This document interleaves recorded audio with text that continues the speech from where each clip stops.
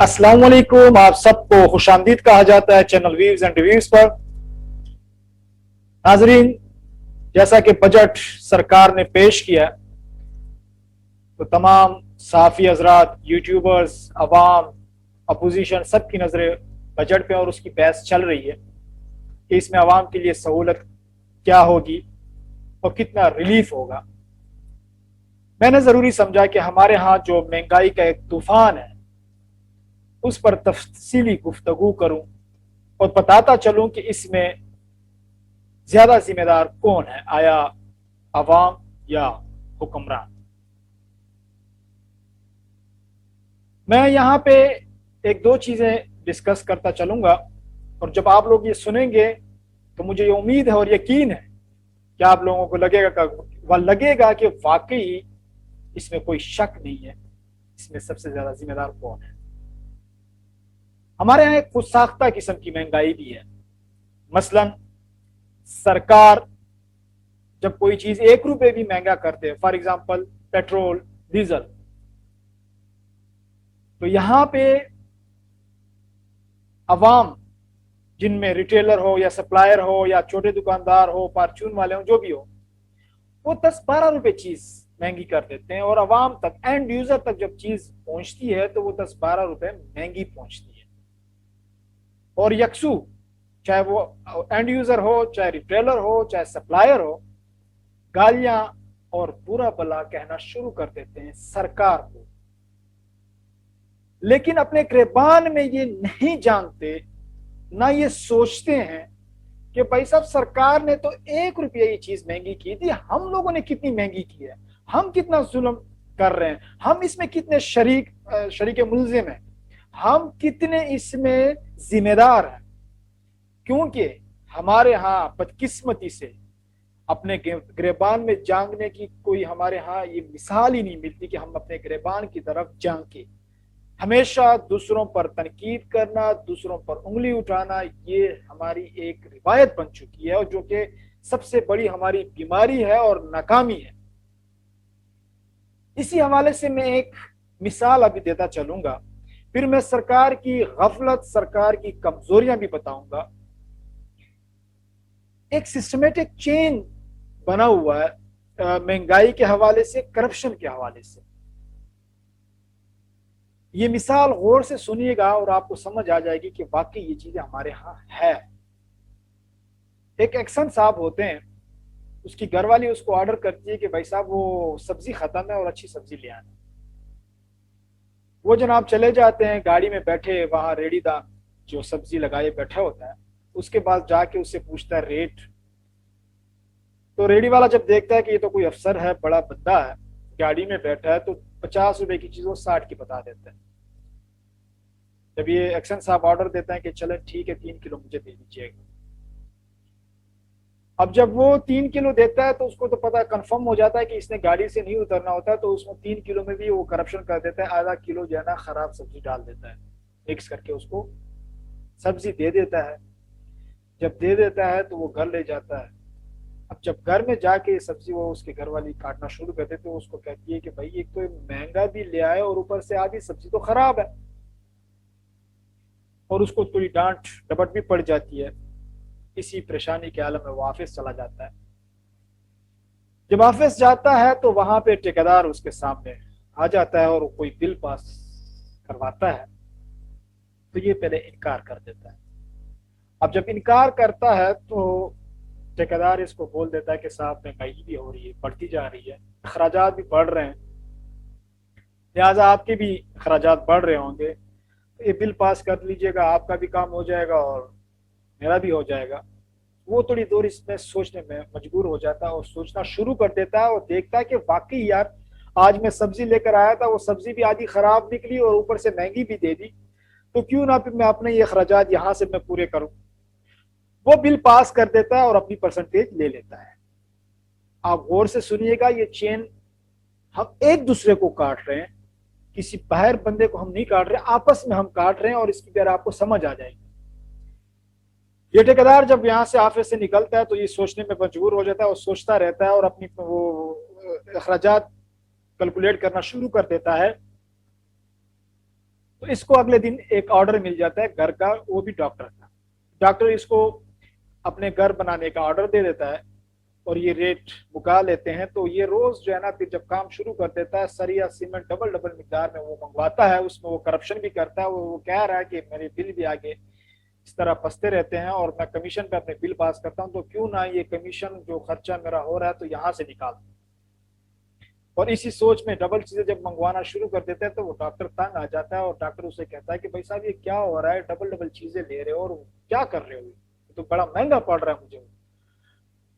तो ठेकेदार उसको बोल देता है कि भाई साहब अगर आपको परेशानी है या मुझ पर एतमाद नहीं है तो आप बराए मेहरबानी यहाँ पे रोज ड्यूटी दिया करें या चेक किया करें कि आया ये चीजें लग भी रही या नहीं लग रही। तो वो डॉक्टर मजबूर हो जाता है और सोचता है कि अगर मैं यहाँ पे ड्यूटी दूं, ठीक है, अगर मैं कोई चीजें जो इस एक्स्ट्रा इस्तेमाल हो रही वो तो कम करा दूंगा, लेकिन मेरा क्लिनिक का टाइम ज़ाया हो जाएगा और मेरे वहाँ के पेशेंट ज़ाया होंगे। जब वहाँ के पेशेंट ज़ाया होंगे तो मेरे जो आमदन है वो कम हो जाएगी। तो लिहाजा वो मजबूर हो जाता है सोचने पे, और वो फिर यही सोचता है कि क्यों ना मैं अपनी फीस बढ़ा दूं और दवाई में अपना कमीशन बढ़ा दूं, ताकि ये वाले खर्चे मैं वहां से निकाल दूं। और क्लिनिक पे बैठना इसलिए सही है ताकि मेरे पेशेंट भी ज़ाया ना। और वो जब पेशेंट देखता है फीस बढ़ा देता है, तो इन्हीं पेशेंट में एक वो रेडी रेडी वाला, सब्जी वाला, जिसने उस ठेकेदार एक्सन को महंगी भी चीज दी थी और खराब सब्जी दी थी, वो भी पहुंच जाता है। जब वो देखता है कि पिछले महीने डॉक्टर की फीस इतनी थी, आज तो डबल हो गई इसकी, तो वो पूछता है वहां पे कि डॉक्टर साहब क्या हो गया, फीस आपने बहुत बढ़ाई है। तो डॉक्टर साहब उसको कहते हैं कि भाई मेरे भी अखराजात बढ़ रहे हैं, बाहर महंगाई बहुत ज्यादा हो गई, चाहे मैं जो भी चीज दूं वो डबल रेट का बिक रही है, लिहाजा मैंने भी अपनी फीस बढ़ा दी। तो जो सब्जी वाले ने करप्शन की होती है और डबल पैसे लिए होते हैं, वो सब्जी वाले से वहां डॉक्टर वसूल कर देता है, और जो डॉक्टर ने फीस बढ़ा दी है उससे वो ठेकेदार वसूल कर देता है, और ठेकेदार ने जो लिए होते हैं उससे वो एक्शन वसूल कर देता है। ये पूरी एक चेन चल रही है। पैसा हम एक दूसरे को नोच रहे हैं, लेकिन वही पैसा हमसे वापस निकल भी रहा है। किस वजह से? हमारी हवस की वजह से और हमारी मिलावट की वजह से ये चीजें चल रही है। इसमें अब सरकार की क्या गफलत कहाँ है, उसकी गलती कहाँ पे है? जो उसके लोकल अथॉरिटीज है, जो फूड अथॉरिटीज वाले हो गए या बाकी है, वो बिल्कुल उन्होंने आंखें बंद किए हुए थे और अपनी करप्शन पे उनका ध्यान होता है और वो करप्शन करते हैं, उनसे पैसा वसूल करते हैं। बाकी वो नहीं देखते कि सरकारी रेट क्या है और ये दुकानदार, ये परचून वाले और ये जो बाकी बड़े स्टोर वाले हैं कितने का बेच रहे हैं, सरकारी रेट से डबल बेच रहे हैं या कम बेच रहे हैं, कोई उनको कोई फिक्र नहीं होती। तो मेरी यहाँ पे रिक्वेस्ट है सरकार से कि या तो उन पे सख्ती करें, उनसे ड्यूटी लें। अगर वो ड्यूटी नहीं कर रहे हैं तो हमारे टैक्सों के पैसे जो करोड़ों अरबों रुपए इनके महीने इनके तनख्वाहों और पेंशन पे जा रहे हैं, तो लिहाजा ये इदारे ही खत्म कर दे। वैसे भी उनको छूट मिली हुई है, वो अपनी मर्जी से रेट लगाते हैं, अपनी मर्जी से बेचते हैं, इनका कोई पूछता ही नहीं है। तो ये लोकल अथॉरिटीज जब काम ही नहीं कर रही, तो बेहतर ये है कि ये पैसा सरकार के खजाने में तो पड़ा रहे, ताकि सरकार को तो फायदा हो। ना सरकार को फायदा हो रहा है, ना अवाम को फायदा हो रहा है, और अवाम एक दूसरे को लूट रहे हैं, एक दूसरे को कसूट रहे हैं, कोई पूछने वाला नहीं है। ये सिस्टमेटिक यानी एक चेन बना हुआ है, और इस चेन का बनना हमारी पुअर ब्यूरोक्रेसी और नाकाम हुकूमत की वजह से ये चीजें इस तरह हो रही है। एक तो ये महंगाई का मैंने वो मिसाल दी। अब आपको मैं बताता हूं, जराई मुल्क होने की वजह से के बावजूद हमारे गंदम, चीनी, आलू, प्याज, टमाटर, हर चीज महंगी है। इसकी क्या वजह है? मैं अब यहां पे भी आपको मैं बताता चलूं।